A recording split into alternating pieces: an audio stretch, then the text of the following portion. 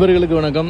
பெங்களூரில் இருந்து நெல்லூர் போகிற வெண்ணிலா ஏசி ஸ்லீப்பர். எனக்கு தெரிஞ்சு நான் ஏபிஎஸ்ஆர்டிசியில் ஃபஸ்ட்டு ஸ்லீப்பர் கிளாஸ் பஸ்ஸு, அதுவும் ஏசி பஸ்ஸு நான் பெங்களூரில் தாங்க பார்க்குறேன்.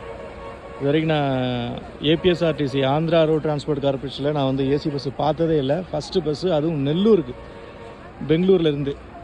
சர்வீஸ் கோடு வந்து 5052. பஸ்ஸு சூப்பராக இருக்குது.